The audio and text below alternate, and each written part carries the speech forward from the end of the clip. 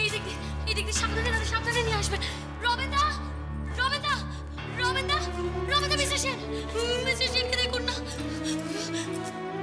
সাবধানে।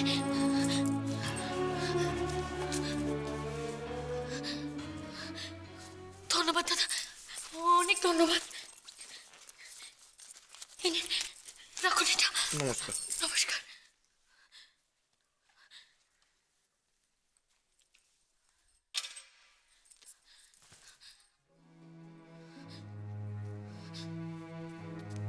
Ma'am ma'am, বাবার কি হয়েছে? মায়ের মতন বাবাও কি আমাকে ছেড়ে চলে যাবে? না না মিলি, বাবার কিচ্ছু হয়নি, বাবার শুধু একটু শরীর খারাপ হয়ে গেছে, দেখবে একটু বিশ্রাম নিলেই ঠিক হয়ে যাবে। কাঁদে না বাবু।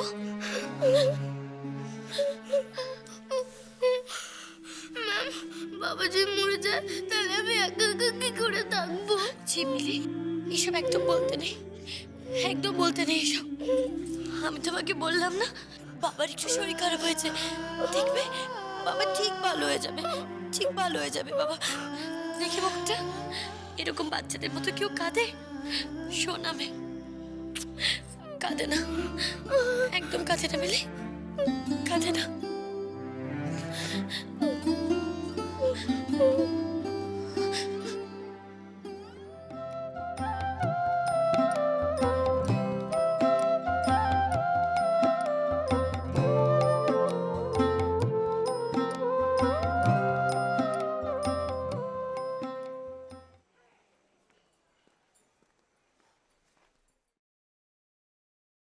বৌদি, স্বর্ণ, কেমন আছো? ভালো আছি।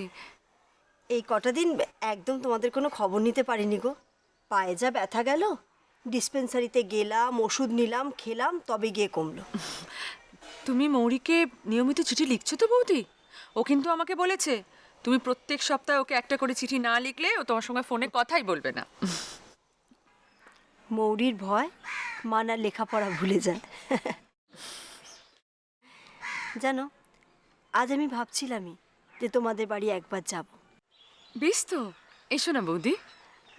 আজ তো ষষ্ঠী পুজো, মেয়েটা মেয়েটা এত দূরে রয়েছে, তাই ভাবছিলাম আজ একবার বিকেলে গিয়ে মেয়েটার সাথে কথা বলবো। আজ ষষ্ঠী পুজোর দিন মেয়েটার সাথে কথা না বললে মনটা খুব আকুপাকু করবে, তো তাই ভাবছিলাম বিকেলের দিকে। খুব ভালো হয় বৌদি, তোমরা এসো না। তোমরা এলে না বাবার মনটাও একটু ভালো লাগে। বুঝতেই তো পারো, মৌরি চলে যাওয়ার পর বাবা একদম একা হয়ে গেছে গো। স্বর্ণ,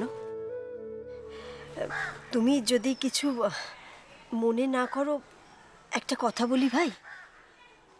স্বর্ণ, স্বর্ণ,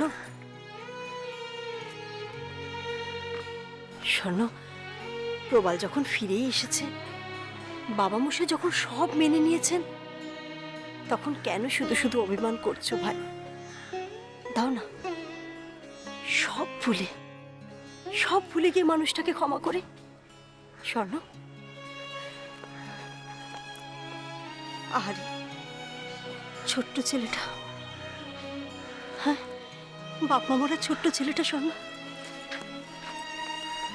স্বর্ণ, ছেলেটার তো কেউ নেই, ওকে একটু ভালোবাসা আদর দিয়ে কাছে টেনে নাও না ভাই। স্বর্ণ, বৌদি, আমার না খুব তাড়া আছে জানো, পুজোটা সেরে বাড়ি ফিরতে হবে, বাবা একা আছেন তো। স্বর্ণ, আমার কথাটা একবার ভেবে দেখো ভাই, আমরা কিন্তু সবাই তোমার ভালো চাই। সবসময় মানুষ দ্বিতীয়বার সুযোগ পায় না, তুমি পেয়েছো, সেটাকে হেলায় হারিও না ভাই। আমরা আমরা সবাই তোমার ভালো চাই স্বর্ণ, হেলায় হারিও না। আমার দেরি হয়ে যাচ্ছে বৌদি।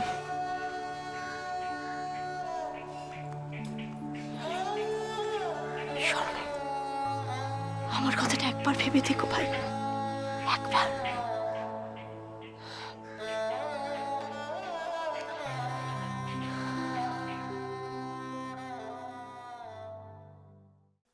আর এইটুকু খেয়ে নাও। হ্যাঁ? না, তাড়াতাড়ি কর, তাড়াতাড়ি কর। তাড়াতাড়ি তো করছি। কি আছে কি না।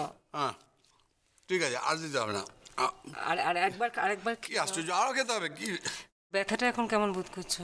ব্যথাটা একটু ওই ঠিক আছে ওই ভেতরটা চিনচিন চিনচিন করছে, ঠিক হয়ে যাবে ঠিক হয়ে যাবে। তুমি কিন্তু ফেরার সময় ডাক্তার দেখাবেই, হ্যাঁ? ওরে বাবা দেখাবো বললাম তো, এক কথা কেন বারবার বড় বড় করো না।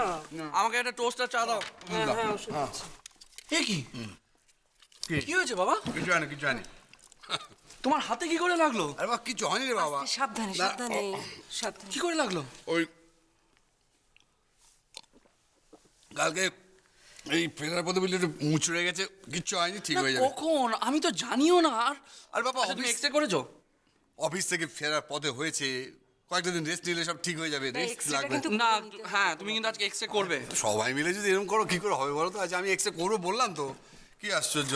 তাড়াতাড়ি তাড়াতাড়ি করো, দেরি হয়ে যাবে। আচ্ছা বাবা, হ্যাঁ তুমি আজকে অফিস যাবে কি করে?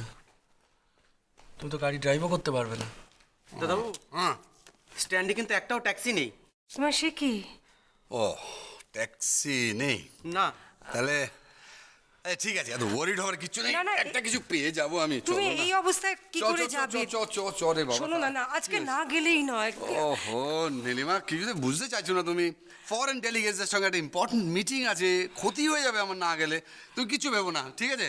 আমি যাইছি, চল চল। দাঁড়াও, শিবু গাড়ির চাবিটা নিয়ে এসো তো। আনছি ম্যাডাম। কি হলো? নিখিল, তুমি আজ তোমার বাবাকে অফিসে ড্রপ করে দেবে। এক হাতে জিনিস নিয়ে পাবলিক ট্রান্সপোর্টে তোমার বাবা চড়তে পারবেন না। ম্যাডাম, হ্যাঁ,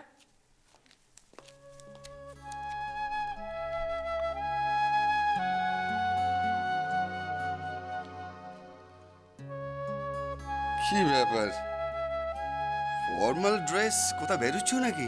বলছি, আগে এগুলো রাখো। কি এই গাড়ির চাবি, ক্রেডিট কার্ড, পাসবই, চেক বই, তো এ তো সব তো তোমার, আমায় ফেরত দিচ্ছ কেন? আমার জীবনে এসবের দরকার ফুরিয়ে গেছে। আর অযথা তোমাদের টাকা পয়সা নয়ছয় করার তো কোনো মানে হয় না।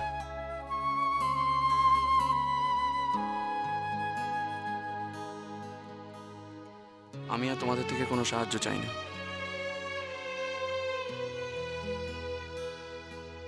এখন আমি যা করব নিজের যোগ্যতায় করব। তুমি কি বলছো তুমি জানো না নিখিল। বাড়ির থেকে বাইরে বেরোলেই বুঝতে পারবে দুনিয়াটা কত কঠিন। তার চেয়ে আমি যা বলছি সেটা মন দিয়ে শোনো।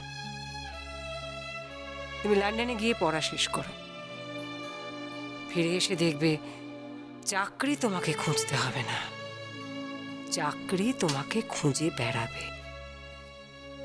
ধর,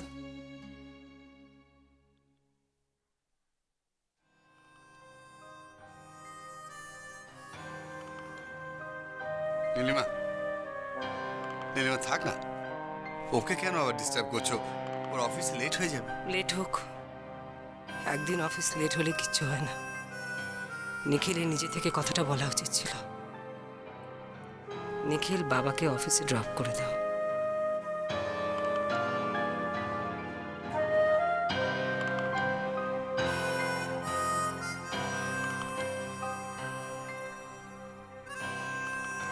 সরি বাবা, আমি তোমাকে অফিসে পৌঁছে দেবো। মা ঠিকই বলেছে, আমার তোমাকে নিজে থেকে কথাটা বলা উচিত ছিল। না ঠিক আছে, সরি। ওকে ওকে ওকে ওকে। শিবুদা, হ্যাঁ বলো নিখিলদা।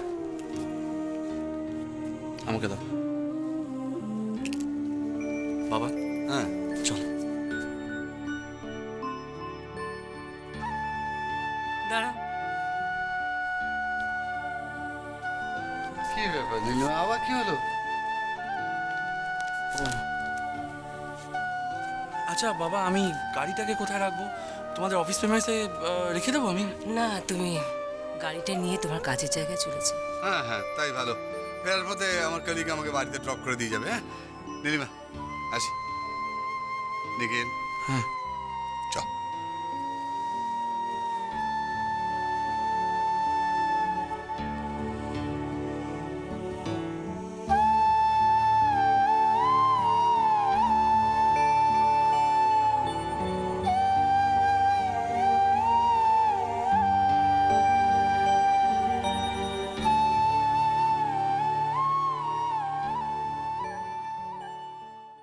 আমি খুব একটা ভালো লোক নই, কিন্তু সেদিন টিভিতে শুনলেন না আমি আমার বউকে খুন করেছি।